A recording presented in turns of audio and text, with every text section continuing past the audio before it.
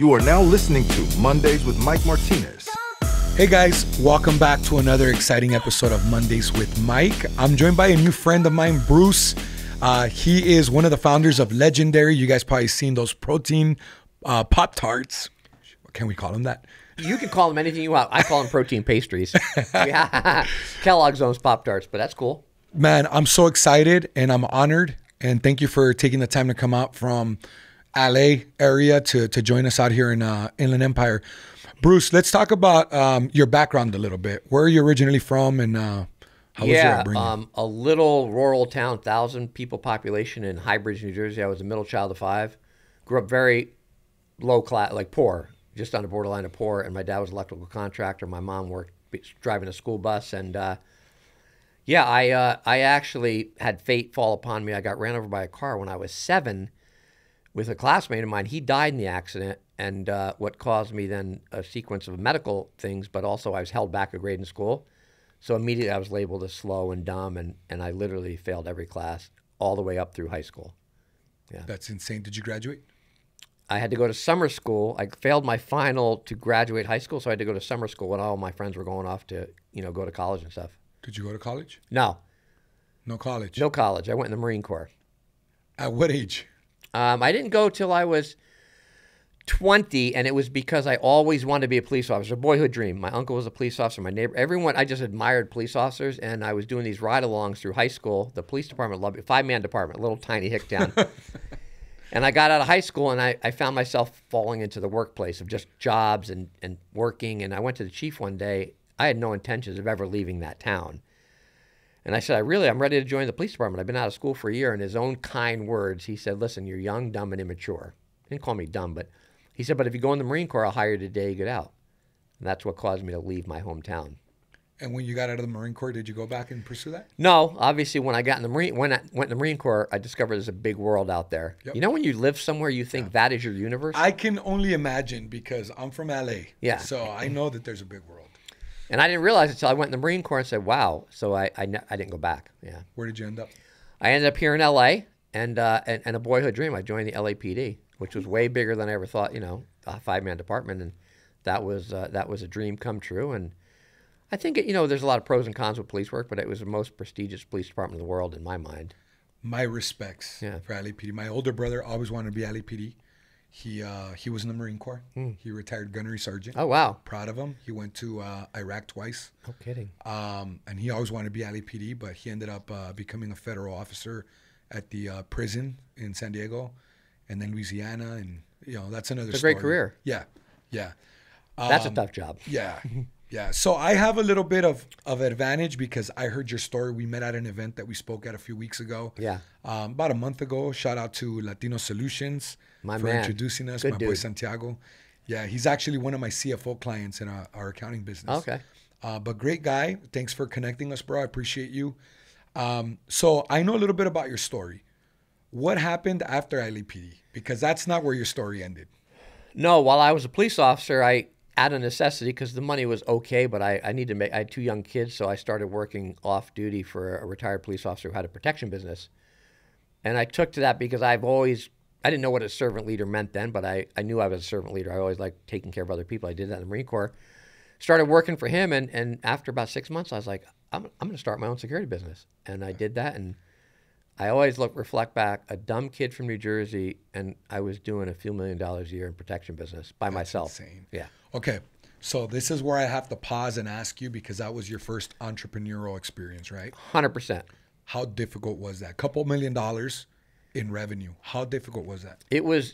So there's 2 sides of it. One part was easy, the relationship building, because I figured out how to build relationships and people wanted to help me and get me clients. I knew nothing about the business side of it. Okay. And I think when I spoke at that event, I briefly told you, my accountant called me one day and said, hey, you don't have enough money for payroll. And I was like, how's that possible? People owe us all this money. And she said, exactly, they owe you money 30, 60, 90 days out. You needed my collection agency back then? Back then, for sure. And I went into panic mode, and I almost went out of business. And then I had a wake-up moment once I got the money, which sadly I had to cash out my retirement fund to pay it. All dumb moves. But then I realized I had a lovely person, a bookkeeper helping me. I needed an accountant. You needed, yeah. I needed a CPA. I needed a business. I needed people to say, Bruce, this is how you run business. And funny, now fast forward, can you imagine all the relationships I have? I could have called you and said, hey, I need $50,000. What's that look like? I could have called Santiago. You know what I mean? Then I knew nobody. I was actually more embarrassed because I had just bought my mom a new car. And I'm like, hey, Mom, by the way.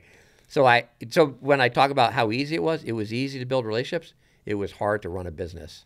I remember you mentioning that story at the event about, Mom, you're like embarrassed. I might have to go back to Mom and tell her we got to return that car. Hey, if we pulled the car, Mom. We would never do that. No, I would have been homeless before I did that. Exactly. So what happened after that? I know the story. Yeah. You're such a big inspiration. So that continued. As a matter of fact, to this day, I still have the security company, not as big.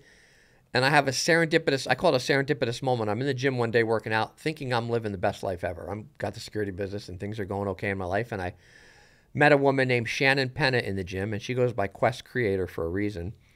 Gym acquaintances, and her husband works out there too. And at some point, she gave me a couple protein bars and said, hey, I've been making these in my kitchen, and we're just starting this company. I saw her maybe a couple weeks later and said the bars were phenomenal. And she went on to talk. She loves chatting about food. Probably talked for a half hour in the gym. And something, I don't know what it was, something compelled me about her energy. And I said, hey, I'm doing security next week at a celebrity golf tournament. I personally can't get them in celebrities' hands, but my friend's doing the PR. And that started my relationship with Quest Nutrition early on. That's amazing. So talk to me, because, again, it's a huge inspiration. Everybody knows Quest. Yeah. Everybody knows the protein chips and the protein bars. They're at every 7-Eleven, anywhere you go. Everywhere. You're going to see them there. At the airport, emergency. Yeah. You need some protein, stop at the... I still buy them when I travel to the airport. Yeah, exactly. So what was that experience like? What exactly did you do for Quest? It started out, hey, let me get some protein bars in this golf tournament. And then I had kind of a high from it. I was like, this is kind of cool. Like, I'm running my business and they give me protein bars. And then I got it on a set of Mario Lopez's with extra because I was doing the security there. Early days of the Kardashian shows because I was doing stuff with them. And it was never directly to the talent. And that happened for about 9 months. I just kept getting, I was like, this is kind of cool. And I remember Ron, Shannon's husband, who's our chairman, took me to his office in the city of Paramount, which is kind of in the hood. And I went to the office and thought, God, these guys there's nothing glamorous about this place. And he said, hey, we feel like we're stealing from you. You're bringing us all this value, you got all this product in people's hands, and we're doing nothing for you. And I remember I said, I get free protein bars. And he laughed in my face and he said, no, we're going to put you on the payroll starting next week. You could do whatever you want with the money. I didn't really want the money. I was like, no, I don't want to get paid. But when he said, listen, you could give it to charity, but I got a paycheck from him. Did you feel like you were going to have to be committed or like now they had you? Yeah, it wasn't that they had me. It was almost going back to my dad, who was truly an inspiration. He had tremendous work ethic and he did a lot of stuff for the community. I had this light bulb moment like, now I really have to prove myself. It wasn't so much they had me. That's what I suspected. Yeah, it was more like, oh shit, I was doing this for fun. Now I went into overdrive in my brain. I never share that with them. I just said, okay, where else can I get this product? And it became a little bit of an obsession. Because I was getting paid and I didn't want to let them down. Yeah. I'd say always, but I like to not only meet people's expectations, but I want to exceed them. Yeah. And that's, so that's just who I was. I could definitely relate to that, and I understand it. So I know that you have you did a lot of work for a lot of celebrities. Yeah. And that put you in the right places to be able to promote this product and really help them blow up the brand. Right? What was that experience like, and how hard was that? It wasn't, listen, sometimes I call myself an introvert and an extrovert. I'm not always outgoing, and sometimes you have to get that right mindset, and I go to events sometimes like, I don't know if I want to be here. But I realized quickly, like, everyone recognized the brand. I wear my brand everywhere I go. I used to wear a Quest shirt everywhere I went. And I'd go to Gold Gym in Venice because that's where I worked out, and I would end up spending hours there. I'd work out, run into a few people, get them product, and it became very natural for me. And then every time I was on a flight, which I traveled 40 weekends a year for 4 years straight. I remember you said that. That's crazy. And I would see a flight attendant and say, "Oh, Quest, I think I've heard of Quest." I'd give everyone on the flight attendants, the captain. It became kind of natural to me. And even when I went to movie, I was still doing security, and I never would once bring it directly to the talent because I was there for a different role. I'd give it to their assistant or their publicist, and it's to this day I carry it. I brought product with me for we're gonna show it off right now. Is it safe to say that you were the biggest influence in blowing up the brand? That'd be a little self-indulgent of me to say. I know, but you got to be honest. I will say this. I always look at this like a bicycle wheel with all the spokes. I was one spoke, but I feel like my spoke was pretty powerful because, and no disrespect to anyone else, no one wanted to do what I did. Even the sales guys, they would say, hey, Vitamin Shop has this charity golf tournament, and I'd get on a plane. GNC has this. Walmart has this walk for cancer. I'd just get on a plane. No one wanted to do it, so I was able to put myself in positions where they're like, oh, well, Bruce is the man. Like, he's running the show. It wasn't by self-indulgence or like ego. It was more like it was out of necessity, so I just did it. What was your title at the end? At the end, I had a title of Chief Communications Officer when we sold, but I just called myself like literally. Ron actually helped me identify who I was because I called myself an intrapreneur, not with an I, not inside an organization. Because early on, he said, because they were tech guys. Yeah. And he goes, listen, Mike's in charge of production. This guy's, we don't really know what we don't know. So I was able to build out the ambassador program, all the relationships. And every time there was an opportunity, I'd be like, I'll do it. And that's why I tell people that like maybe you work in a company and maybe you're in finance, but maybe there's another opportunity in another department that you don't know about or you want to ask. So I did that. I'd say, you guys need help with something? And I just kept taking it on. I didn't care what the role was. And I built out, it's funny, you have this great studio here. I built out a studio early on at Quest because, funny story. You knew the power of social media. You knew the power of. Well, not only that, but the guys, I remember it was right before we broke for the holiday because it was really cool. We always break, right before Christmas and come back till after New Year's. And they said, it'd be cool if we had like a VIP area studio. I came in over the holidays with a helper and built it all out, cameras, lights, TVs, and they came back. I remember I was on the road when they came back from the holidays, and they walked in and said, oh, Bruce must have been here. They didn't say, who did this? They said, Bruce must have come in. So that's what I did. I would just take the initiative. It didn't matter what it was. I just did it because it was important for me to continue to grow the brand. I call it pride and ownership. Yeah. You know what's crazy, Bruce? And I'm glad you shared that story because I have my executives right now proving to me that they want to take ownership of the business with me. I have a new agency that I just launched last year. We'd be probably pushing 1.72 million this year, our first full year in business. And I said, you know what? I'm looking for my executives and my management team and my leaders to want equity in the company. And I'm willing because I want to sell in the next 5 years. Yeah.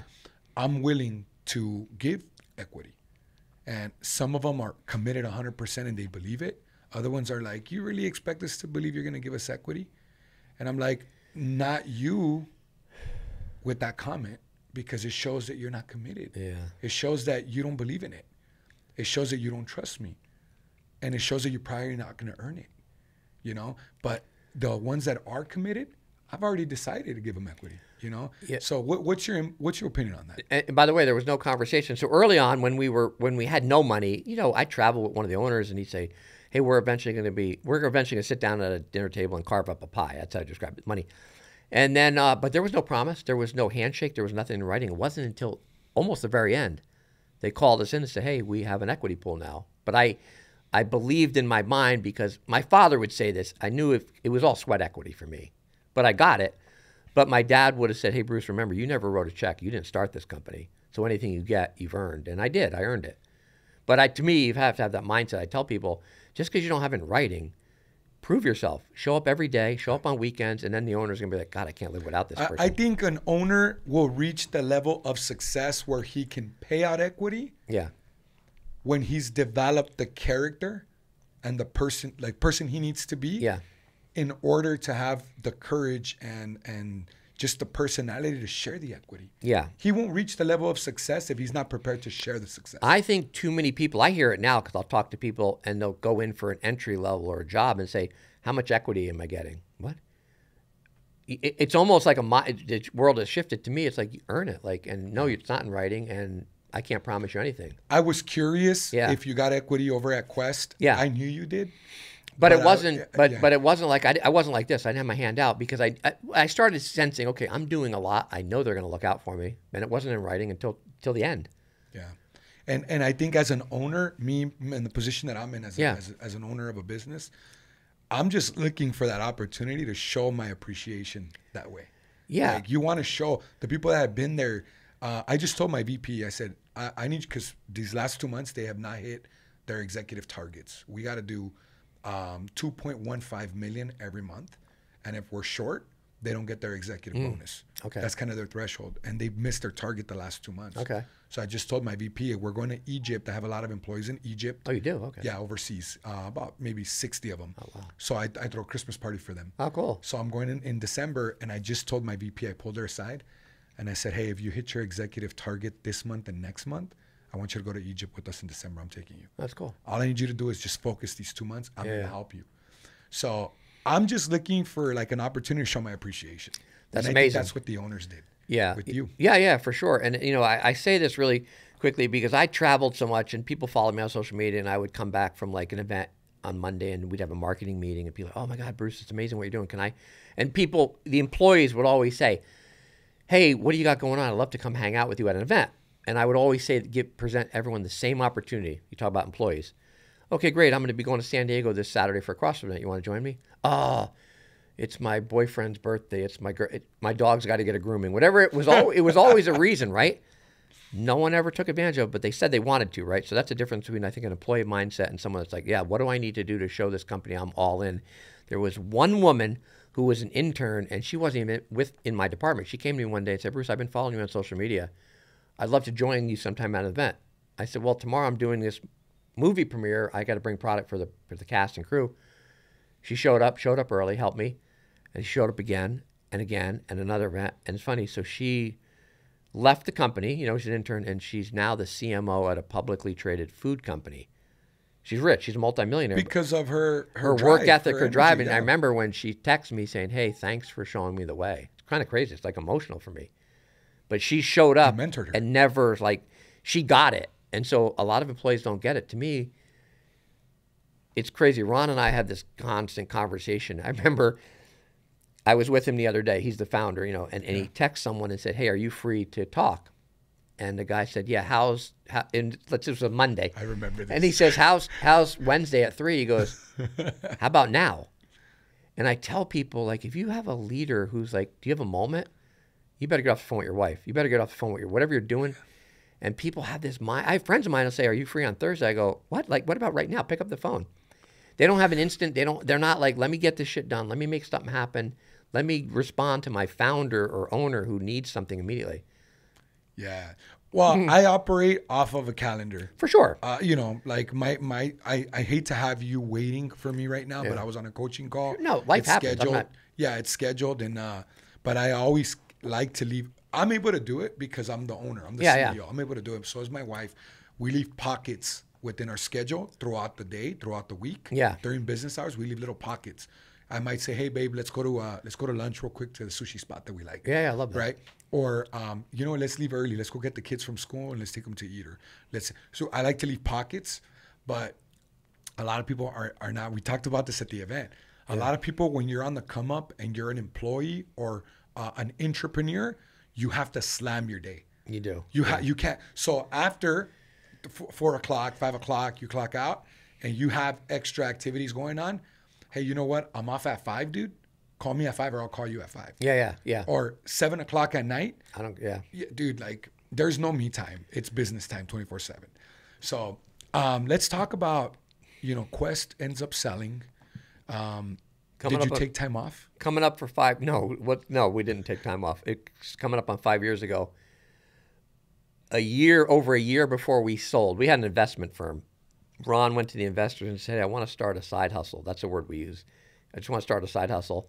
It's going to be nut butters and seasoned nuts because we didn't want a conflict with anything protein-based, right? And they said, yeah, sure, do your thing. Like they were like, whatever. Thought it was cute. So I started helping him build Legendary a year before we sold Quest. So Legendary started with the nuts? Seasoned nuts, yeah. Like in a pack, like, you know, blue almond, you know, diamond kind of almonds. No more? No, so what happened was it ran its course, and, you know, it's interesting. Talk about a mindset. I already knew we were sold for a lot of money and we were going to be decent financially, but we went to Legendary and we were working out of his old house. We didn't have an office. We worked out of his house, and I would go to a kitchen commissary in Pasadena and put on a lab coat and be making these nuts by hand with everyone else. I'm thinking, geez, we're starting over again. But I had that mindset. Like, not everyone has that mindset. Yeah, we made it once, right? But That doesn't mean we need to get a big glamorous office. We're going to start from ground zero again. So that's what we did. And we didn't do. And the reason we did nuts and nut butter, which we've discontinued, is because we couldn't do anything protein until our non-compete was up. How long was the non-compete? 3 years. So as soon as those 3 years are up, Legendary was already running. Yeah, we started making the protein pastries.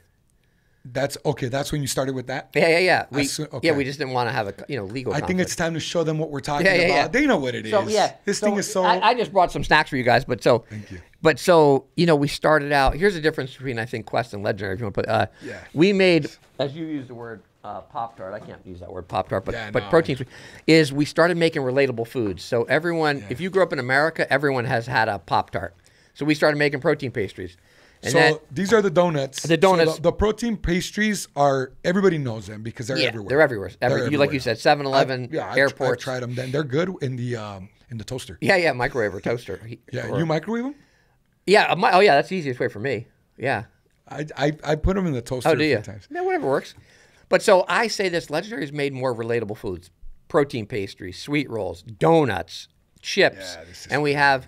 Which I'll tell you right now, I can say it on camera. We have macaroni and cheese coming out like you have like in the little, really? Yeah, like in the little, cup of noodles, but everything's protein based. So it's just more relatable foods. And we made a lot of mistakes at Quest, a lot of marketing mistakes. I do say this, and I say this for any brand or service.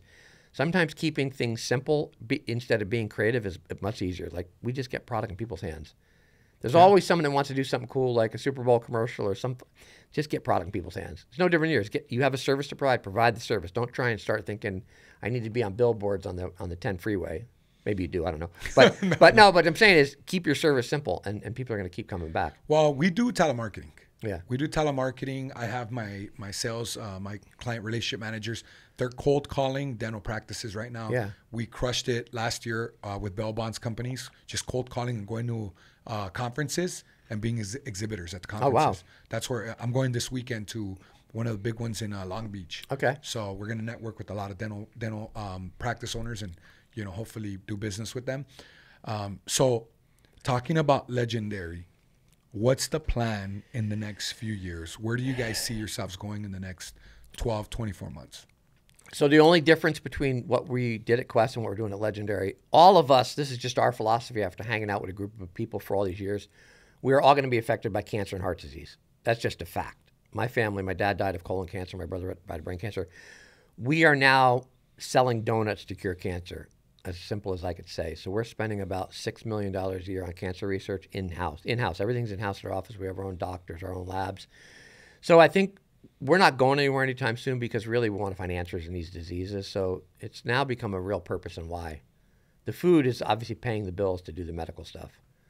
And if it goes for 10 years and we find answers, great. If it, we don't know what the end is, right? But we're not wasting money. We're actually diving deep into stuff. That's freaking amazing. And okay, so the main products that you have right now are Pop-Tarts? Protein pastries. Protein pastries. Sorry, the sweet rolls, which is like a Cinnabon. The sweet rolls. Every time I walk through the airport and I see those Cinnabons, I'm thinking, geez, that sounds good, but we have ours. And then the donuts and the chips. And the macaroni and cheese soon. Oh, you know what? I have tried the chips. Have you? I They're have tried different. the They're chips. lighter and airier than They're like a popcorny kind of chip, I call it, compared to Quest. Yeah. But we make nachos out of those. We do all kinds of stuff with those. People get it's interesting. Our fans will write us stuff they've done. I'm like, wow, that's pretty creative. So the way they mix them? Different things. Yeah, people make stuff and, chop stuff up and put it in their yogurt and just crazy stuff. That's awesome, Yeah. dude.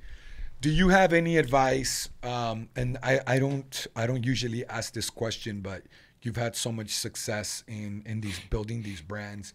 Do you have any advice for those people that want to build a brand and they want to be a nationally recognized brand and scale and have a powerful brand? Do you have you're like the king. To me, you're like the king. Yeah, I don't know about that. Listen, to me, start today because people have a tendency, like, I don't care if you have an idea for a cookie, a drink, a collection agency. I don't care what it is. Just start today. Side hustle. You want to be a realtor? Don't quit your day job. Just start.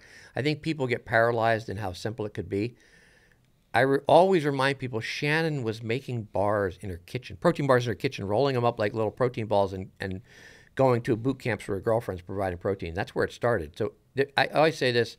There's a Mrs. Fields. You remember Mrs. Fields cookies? Yeah. There's a Mrs. Fields in every kitchen. It's just a matter of what people do to make it happen. And you want to become national, just get product in people's hands. Just keep, whether it's the farmers markets, local Whole Foods, all of a sudden, because I've seen this happen. I've seen this movie many times. Start somewhere, and all of a sudden you're in Whole Foods in Southern California. Next thing you know, you're everywhere in the world. But you gotta grind it out. Nothing's easy. I think people sometimes, I've had friends of mine said, "Oh, I just I paid a manufacturer hundreds of thousands of dollars." You have to test your product. You got to get your people, your tribe to like it before you can go out to the real world. Yeah. And I tell people this, be careful too. One of my friends started this cookie company, and he said, I said, your product's not that good. I'm pretty honest, right? He goes, I don't understand. My kids and my mom and everyone loves it. I go, they're lying to you. I said, as you know, your family's always going to tell you how amazing you are.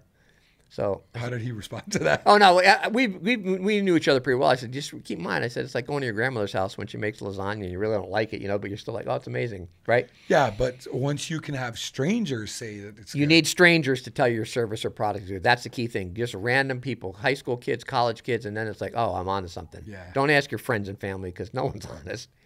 Bruce, where can people find you? Where can they follow you? Where can they follow the brand? Where can they find the brand? Well, first of all, Legendary Foods is everywhere, and we're so blessed. We're now just starting to go internationally, but we're on a good roll, and we're grateful for every day we have that. I have my own website, brucecardenas.com, and then, of course, Instagram, Bruce E. Cardenas. Yeah. Bruce, I really want to thank you once again for making time to come out and spend some time with us and inspire everybody. I know I have a lot of people that right now I feel like nutrition is a trend. And, all the trainers, all the bodybuilders, all the personal trainers, all the nutritionists out there, they're going to teach you high protein, low fat, low carbs. Yeah, and I used to say protein because it is a trend, but it seems like protein is something that's not going away, obviously. It's just talked about more. Yeah. Yeah, so this is like me, for example, I have a sweet tooth.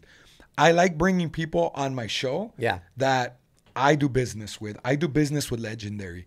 I consume this product.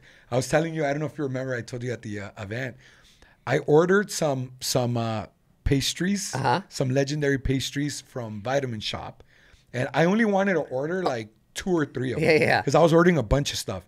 And I ordered like 2 or 3 of them, but I didn't notice that I ordered 2 or 3 boxes. There you go. And I got the boxes, and I still have them in my pantry right now. I got to send some for your staff. I didn't realize how big of employees you have, or how many you have. No, yeah. I say it like this.